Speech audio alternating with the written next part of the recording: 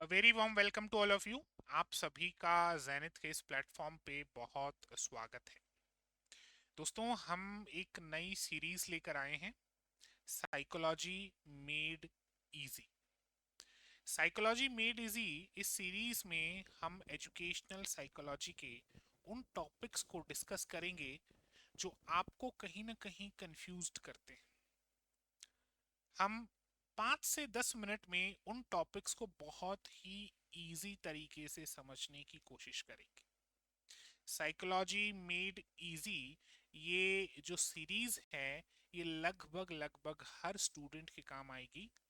आप कोई भी एग्जाम दे रहे हो जहां पर पीडागोजी या साइकोलॉजी या स्कूल मैनेजमेंट जैसे टॉपिक्स आते हो, तो आपके लिए ये सीरीज बहुत इंपॉर्टेंट हो सकती है। चलिए, इस सीरीज में हमारा जो आज का टॉपिक है उस पे डिस्कशन करते हैं। आज हम बात करेंगे संरचनावाद पे। संरचनावाद को स्ट्रक्चरलिज्म भी कहा जाता है, और संरचनावाद बेसिकली साइकोलॉजी की एक स्कूल मानी जाती है। मनोविज्ञान का पहला संप्रदाय इसे माना जाता है, फर्स्ट स्कूल ऑफ साइकोलॉजी। तो चलिए 10 मिनट में इसको समझने की कोशिश करते हैं। क्या है ये स्ट्रक्चरलिज्म या संरचनावाद? पहला पॉइंट जो आपने ध्यान रखना है वो यही है कि इसके कई नाम हैं सर, जैसे स्ट्रक्चरलिस्ट, जैसे इंट्रोस्पेक्शन, जैसे स्ट्रक्चरलिज्म। तो जो सबसे ज्यादा कॉमन और सबसे ज्यादा फेमस नाम है वो है स्ट्रक्चरलिज्म, और हिंदी में हम कहते हैं संरचनावाद। इंट्रोस्पेक्शन जो है वो बेसिकली इसका मेथड है, यानी मेथड्स ऑफ साइकोलॉजी की बात करते हैं तो एक मेथड आता है इंट्रोस्पेक्शन, वो मेथड यहाँ यूज किया जाता है। चलिए अब समझते हैं इसको कि इसकी स्थापना कब हुई। तो संरचनावाद की स्थापना जो है वो 1892 में हुई। ये इंपॉर्टेंट पॉइंट है। 1892 को मैं इंपॉर्टेंट क्यों बता रहा हूं, क्योंकि इससे पहले भी संरचनावाद को लेकर बात हुई थी, लेकिन वो ऑफिशियल नहीं थी। तो इसको थोड़ा ध्यान से समझिएगा। अच्छा, संरचनावाद की बात करें तो इसके जो प्रमोटर्स हैं वो दो हैं, बहुत इंपॉर्टेंट हैं। दो प्रमोटर्स हैं। एक हैं आपके विलियम वुंट। ये विलियम वुंट वही हैं जिन्हें हम एक्सपेरिमेंटल साइकोलॉजी का फादर कहते हैं, यानी कि प्रयोगात्मक मनोविज्ञान का जनक। ये विलियम वुंट वही हैं जिन्होंने जर्मनी के लिपजिंग शहर की लिपजिंग यूनिवर्सिटी में जो साइकोलॉजी है उसकी एक लेबोरेटरी स्टैब्लिश की थी। तो हालांकि संरचनावाद की शुरुआत तो विलियम वुंट से मानी जाती है, ध्यान रखिएगा, लेकिन ऑफिशियली संरचनावाद को शुरू करने वाले का नाम है एडवर्ड टिचनर। ये देखिए, इनके शिष्य हैं एडवर्ड टिचनर। ये तो टिचनर हैं और ये विलियम वुंट हैं। विलियम वुंट ने शुरुआत की थी, अनौपचारिक शुरुआत की, औपचारिक शुरुआत की एडवर्ड टिचनर ने। क्लियर है? ये जो शब्द है संरचनावाद, ये शब्द भी एडवर्ड टिचनर का दिया हुआ है। विलियम वुंट ने ऐच्छिकवाद शब्द दिया था, तो ये भी थोड़ा सा ध्यान रखिएगा। चलिए थोड़ा आगे समझते हैं।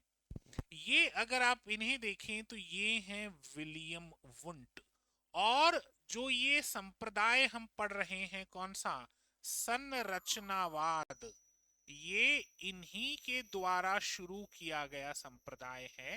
हालांकि ऑफिशियल शुरुआत इनके शिष्य एडवर्ड टिचनर ने की थी, और विलियम वुंट वही हैं जिन्होंने जर्मनी के लिपजिंग शहर में मनोविज्ञान की प्रथम प्रयोगशाला स्थापित की थी। The first laboratory of psychology was established by William Wundt in Leipzig university in the city of Leipzig, Germany. ये थोड़ा सा ध्यान रखना आपको, हालांकि ये पॉइंट बहुत पुराना हो चुका है, बच्चे बहुत पहले से इस पर डिस्कशन करते आए हैं। अब दूसरा पॉइंट ये समझना कि ये जो संरचनावाद है इसे मनोविज्ञान का प्रथम संप्रदाय माना जाता है, फर्स्ट स्कूल ऑफ साइकोलॉजी, क्योंकि सबसे पहले संरचनावाद ही हमें देखने को मिला, इसलिए इस इंपॉर्टेंट पॉइंट को भी आप लोग नोट करेंगे।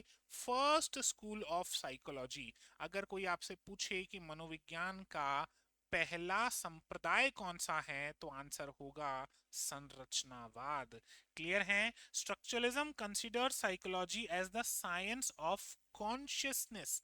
इस पॉइंट को भी ध्यान में रखना। जब हमने मनोविज्ञान के विकास को पढ़ा था, क्रमिक विकास को पढ़ा था, तो हमने कहा था कि सर मनोविज्ञान 4 फेजेस में डेवलप हुआ है। The first one was science of soul, यानी आत्मा का अध्ययन या आत्मा का विज्ञान। फिर हुआ साइंस ऑफ माइंड, यानी मन का अध्ययन या मन का विज्ञान। फिर हुआ साइंस ऑफ कॉन्शियसनेस, यानी चेतना का अध्ययन या चेतना का विज्ञान। और at present science of behaviour, यानी व्यवहार का अध्ययन या व्यवहार का विज्ञान। तो इसमें से जो संरचनावाद है वो साइंस ऑफ कॉन्शियसनेस को मानता है कि मनोविज्ञान चेतना का विज्ञान है।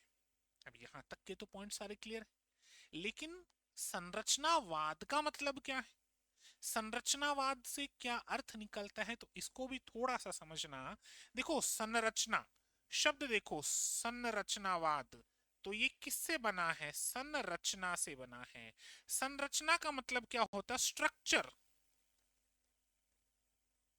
स्ट्रक्चर यानी ये जो स्कूल है ये कॉन्शियसनेस के स्ट्रक्चर पे फोकस करता है, उसके एलिमेंट्स पे फोकस करता है, उसके तत्वों पर फोकस करता है। ध्यान रखिएगा, संरचनावाद किस पे फोकस करता है? ये चेतना को तो मानता है, लेकिन चेतना में भी चेतना के जो एलिमेंट्स हैं, जो तत्व हैं, उन पे फोकस करता है। ध्यान रखिएगा, आगे जब हम प्रकार्यवाद पढ़ेंगे तब पता चलेगा कि प्रकार्यवाद चेतना को ही मानता है, लेकिन वो इस बात पे फोकस करता है कि चेतना फंक्शन कैसे करती है। जैसे एक लिफ्ट है, अब लिफ्ट किससे बनी हुई है? लिफ्ट में लोहा भी है, लिफ्ट में तार भी है, लिफ्ट में बल्ब भी है। अगर मैं इसकी बात करूं तो मैं बात कर रहा हूं संरचना की, स्ट्रक्चर की, स्ट्रक्चरलिज्म की। लेकिन अगर मैं ये कहूं कि लिफ्ट ऑपरेट कैसे होती है, जब मैं ऑपरेशन की बात करूं तो मैं बात कर रहा हूं प्रकार्यवाद की, यानी फंक्शनलिज्म की। तो ठीक यही पॉइंट इन्होंने कॉन्शियसनेस के साथ किया है। कॉन्शियसनेस बनी किससे है? जब इसकी बात हो तो स्ट्रक्चरलिज्म, और कॉन्शियसनेस ऑपरेट कैसे करती है जब इसकी बात हो तो फंक्शनलिज्म। इस पॉइंट को बहुत अच्छे से ध्यान रखना है आप लोगों ने। चलिए अब देखिए, ये तो एडवर्ड टिचनर हो गए, ये विलियम वुंट हो गए। संरचनावाद की शुरुआत 1879 में विलियम वुंट द्वारा जर्मनी में की गई थी, किंतु औपचारिक शुरुआत वुंट के शिष्य टिचनर द्वारा 1892 में कॉर्नेल विश्वविद्यालय अमेरिका में की गई। तो ये पॉइंट भी इंपॉर्टेंट है, यानी अनऑफिशियली इसको स्टार्ट तो विलियम वुंट ने किया था, लेकिन इसका जो ऑफिशियल रिकॉग्निशन है वो हमें मिलता है एडवर्ड टिचनर से। कब? 1892 से। इसीलिए कभी कोई क्वेश्चन पूछता है कि स्ट्रक्चरलिज्म स्टार्ट कब हुआ, तो हम आंसर देते हैं 1892। ध्यान रखना इस बात का। चलो अब एक और बहुत इंपॉर्टेंट पॉइंट है, मैं यूं कहूंगा आपको बहुत अच्छे से इस पॉइंट को समझना है। हमारे जो एडवर्ड टिचनर हैं, इन्होंने क्या किया सर? इन्होंने चेतना और मन के बीच में डिफरेंस बताए हैं। बहुत ध्यान से समझना इस बात को। देखो सबसे पहले मनोविज्ञान आत्मा का विज्ञान हुआ, फिर मनोविज्ञान मन का विज्ञान हुआ, फिर मनोविज्ञान चेतना का विज्ञान हुआ, और फिर मनोविज्ञान व्यवहार का विज्ञान हुआ। अब कोई आपसे ये पूछे सर चेतना और मन यानी माइंड और कॉन्शियसनेस, इनमें डिफरेंस क्या है? तो एडवर्ड टिचनर ने बहुत अच्छे से इसे एक्सप्लेन किया है। टिचनर कहते हैं कि मन का मतलब होता है सब कुछ, जिसमें कॉन्शियसनेस, अनकॉन्शियसनेस, सबकॉन्शियसनेस, सब कुछ इंक्लूडेड हो। मन या माइंड का मतलब जो जीरो से अब तक आपके साथ है, जितने भी एक्सपीरियंसेस आपने लिए हैं आज तक, आपके जन्म से अभी तक आपने जो भी एक्सपीरियंसेस लिए हैं, चाहे वो आपकी कॉन्शियस में हो चाहे वो आपकी कॉन्शियस में नहीं हो, उन सब को कलेक्टिवली हम मन कहते हैं, माइंड कहते हैं। तो कॉन्शियसनेस क्या होती है? कॉन्शियसनेस बेसिकली माइंड का वो हिस्सा है जो अवेयर है। जो आपका प्रेजेंट एक्सपीरियंस है वो कॉन्शियसनेस है, उसे चेतना कहते हैं। और जो आपका एंटायर एक्सपीरियंस है वो क्या है? वो माइंड है। तो ये डिफरेंस किसने बताया? एडवर्ड टिचनर ने। ध्यान रखना, चेतना और मन में अंतर होता है। चेतना वर्तमान की बात करती है, मन जो है ओवरऑल सारी बात करता है। अब यहां तक तो बात हो गई। अब सर हमें संरचना समझनी है, हमें एलिमेंट समझने हैं। तो अगर बात करें विलियम वुंट की, तो विलियम वुंट ने चेतना के 2 एलिमेंट बताए, टिचनर ने 3 बताए। फिर जब इन एलिमेंट्स की विशेषता देखेंगे तो विलियम वुंट ने फिर से 2 से 3 विशेषताएं बताई हैं, जबकि टिचनर ने 4 विशेषताएं बताई। तो चलिए वन बाय वन समझते हैं। ध्यान रखना, William Wundt gave 2 elements of consciousness. William Wundt कहते हैं सर जो चेतना है ना, उसके 2 तत्व होते हैं, एक तो संवेदन और एक फीलिंग्स। दोनों को समझेंगे अभी डिटेल में, चिंता मत करो, है ना। विलियम वुंट के हिसाब से तो चेतना के 2 एलिमेंट्स हैं, यानी चेतना 2 तत्वों से मिलकर बनी है। Structure of the consciousness, the first one is sensation and the second is feeling. लेकिन जब हम एडवर्ड टिचनर पे आते हैं तो ही सेड कि नहीं, 2 नहीं, actually there are 3 elements for consciousness. अच्छा, 3 कौन कौन से हैं? तो देखो, एक तो फीलिंग इनका एग्जैक्ट सेम रहेगा, सेंसेशन भी इनका एग्जैक्ट सेम रहेगा, बस इन्होंने एक एडिशनल पॉइंट ऐड कर दिया and that is image. Image यानी छवि, ये इन्होंने ऐड कर दिया। तो देखो इन्होंने क्या बताया, सेंसेशन संवेदन एज इट इज, इमेज प्रतिमा या प्रतिबिंब ये एक एडिशनल ऐड किया है, और फीलिंग और अफेक्शन ये एज इट इज जो विलियम वुंट ने बताया था वही। अब इन्होंने जो ऐड किया है वो ऐड किया है इमेज को। तो कुल मिलाकर हमें एक तो सेंसेशन का मतलब समझना है, इमेज का मतलब समझना है और फीलिंग्स का मतलब समझना है। चलिए सबसे पहले सेंसेशन को समझते हैं, सेंसेशन क्या होता है। सेंसेशन, देखिए सेंसेशन को हिंदी में संवेदना कहते हैं, संवेदन या संवेदना कह देते हैं। अब इसका मतलब क्या है? देखो, हमें जो हमारी सेंसेस हैं, इन सेंसेस तक जो मैसेज आता है उसे सेंसेशन कहते हैं। जैसे ये एक व्यक्ति है, ये गाड़ी ड्राइव कर रहा है और इसे यहां पे रेड लाइट नजर आती है, ठीक है।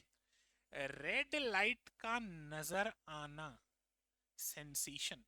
इसके बाद ये प्रोसेस करेगा, अपने दिमाग तक सिग्नल्स भेजेगा, और जो इसका दिमाग है वो इसको एक मीनिंग देगा, दैट इज परसेप्शन। तो डिफरेंस समझना, सेंसेशन का सिंपल सा मतलब क्या है? सेंसेशन का सिंपल सा मतलब है हमारे जो सेंसेस हैं, 5 सेंसेस हैं हमारे पास, ये सेंसेस जब एनवायरनमेंट से किसी स्टिमुलस को रिसीव करते हैं, दैट इज सेंसेशन, ठीक है। वातावरण से जब हम किसी उद्दीपक को ग्रहण करते हैं उसे कहा जाता है सेंसेशन। तो चलिए सेंसेशन का मतलब आपने समझ लिया। इसके बाद बात करते हैं इमेज। देखो, इमेज को परसेप्शन कहें तो भी गलत नहीं। इमेज का मतलब होता है जो सेंसेशन हमने ली, उन सेंसेशन के बेसिस पे हमारे माइंड ने क्या एक मीनिंग दी उसको, क्या अर्थ दिया उसको। जैसे रेड लाइट दिखना, ये सेंसेशन है, लेकिन रेड लाइट दिखने का मतलब गाड़ी के ब्रेक लगाने हैं, ये दिमाग ने कैलकुलेशंस किए हैं, ये परसेप्शन है, या फिर इसको इमेज कह सकते हैं। क्लियर है? जैसे मैं रात को कहीं जा रहा था तो मुझे एक सफेद कपड़ा हिलता हुआ नजर आया, सफेद कपड़ा हिलता हुआ नजर आया, सेंसेशन है, और मेरे दिमाग में एक छवि बन गई कि शायद वहां कोई आत्मा है, ये इमेज या परसेप्शन है। क्लियर है? इसके बाद एक चीज और बचती है, दैट इज फीलिंग और अफेक्शन। फीलिंग और अफेक्शन का मतलब है उसको लेकर, उस इमेज को लेकर हमारी भावनाएं कैसी, दिस इज फीलिंग। इसे फीलिंग या भाव कहते हैं। ये सुखद भी हो सकते हैं, दुखद भी हो सकते हैं, न्यूट्रल भी हो सकते हैं। अब एक बात बताओ, इस लड़के ने ये जो रेड लाइट देखी, इस रेड लाइट को देखकर ना तो ये खुश हुआ ना ये दुखी हुआ, न्यूट्रल था कि ठीक है रेड लाइट है सामने। तो हमारी भावनाएं तीन प्रकार की हो सकती हैं, पॉजिटिव, नेगेटिव और न्यूट्रल। ध्यान रखना इस पॉइंट को। चलिए अब इस पूरे प्रोसेस को सिंपल साइज एक एग्जांपल से समझिए। देखो यहां पे एक लड़की है जो एक क्लासिकल गाना गा रही है। गाना मेरे कानों में पड़ा, ये है सर सेंसेशन। फिर मेरे दिमाग में एक छवि बनी कि एक बहुत खूबसूरत लड़की बैठी होगी और वो गाना गा रही है, इमेज का बनना। इस गाने की धुन मुझे बड़ी पसंद आई, गाना जब मैं सुन रहा हूं तो मुझे बड़ा अच्छा फील हुआ, इमोशंस यानी फीलिंग्स। क्लियर है? तो ये तीनों चीजें ध्यान रखना, सेंसेशन, इमेज और इमोशंस। इसके बाद बात करते हैं, देखो विलियम वुंट जो हैं, इन्होंने एलिमेंट दो बताए, टिचनर ने एलिमेंट बताए तीन। विलियम वुंट ने फिर कहा कि जो एलिमेंट्स होते हैं उनके कुछ कैरेक्टरिस्टिक्स होते हैं, दो कैरेक्टरिस्टिक्स। फिर टिचनर ने कहा नहीं दो नहीं होते, कितने होते हैं, चार होते हैं। तो चलिए कैरेक्टरिस्टिक्स पे भी बात करते हैं। विलियम वुंट ने दो कैरेक्टरिस्टिक्स बताए हैं कॉन्शियसनेस के एलिमेंट्स के। एक तो क्वालिटी और एक इंटेंसिटी। क्वालिटी यानी अच्छा या बुरा, इंटेंसिटी यानी बहुत अच्छा या बहुत बुरा, कम अच्छा या कम बुरा। ठीक है? तो क्वालिटी यानी गुणवत्ता, इंटेंसिटी यानी तीव्रता। कोई चीज आपको बहुत अच्छी लग सकती है और कोई चीज आपको ठीक है, अच्छी है, कोई बात नहीं, तीव्रता। इसके बाद टिचनर आते हैं। टिचनर ने कहा कि नहीं सर, दो एलिमेंट्स, दो कैरेक्टरिस्टिक्स नहीं होते एलिमेंट्स के, बेसिकली चार होते हैं। क्वालिटी इंटेंसिटी तो सेम दे दी, एक ड्यूरेशन और एक क्लियरनेस को ऐड कर दिया। ड्यूरेशन यानी अवधि, कि वो फीलिंग आपके कॉन्शियसनेस में कितने लंबे समय तक रही। ड्यूरेशन भी तो होना चाहिए कि कोई चीज कितने लंबे समय तक आप एंजॉय कर पा रहे हैं। आप धुरंधर 2 देखने गए, आपको स्टार्टिंग के 1 घंटे बहुत अच्छा लगा, बाद में अच्छा नहीं लगा। तो जो अच्छा लगा वो कितनी देर लगा, ड्यूरेशन। इसके अलावा क्लियरनेस, स्पष्टता। कभी कभी ऐसा होता है कि हम उलझ जाते हैं, अच्छा लग रहा है बुरा लग रहा है, जो सेंसेशंस हैं, जो फीलिंग्स हैं वो क्लियर नहीं है। तो क्लियरनेस, कितनी क्लियर है, कितनी क्लियर नहीं। चलिए, तो ये हमारा साइकोलॉजी मेड इजी का आज का टॉपिक था, जिसमें हमने संरचनावाद यानी स्ट्रक्चरलिज्म को समझने की कोशिश की। आप एक ही पॉइंट याद रखिएगा, संरचनावाद जो है उसमें कॉन्शियसनेस के एलिमेंट्स की बात की जाती है, यानी आपकी चेतना का के तत्व क्या है, उसका निर्माण कैसे हुआ है, इसकी बात की जाती है। चलिए, आई होप कि आज का सेशन आपको बहुत पसंद आया होगा। पसंद आने से बहुत इंपॉर्टेंट, आपको अच्छे से समझ में आया होगा। आपके एग्जाम तक हम इसी तरीके से साइकोलॉजी मेड इजी के सेशंस लाते रहेंगे, ताकि आप ऐसे छोटे छोटे टॉपिक्स को टिप्स पे तैयार कर लें। धन्यवाद दोस्तों।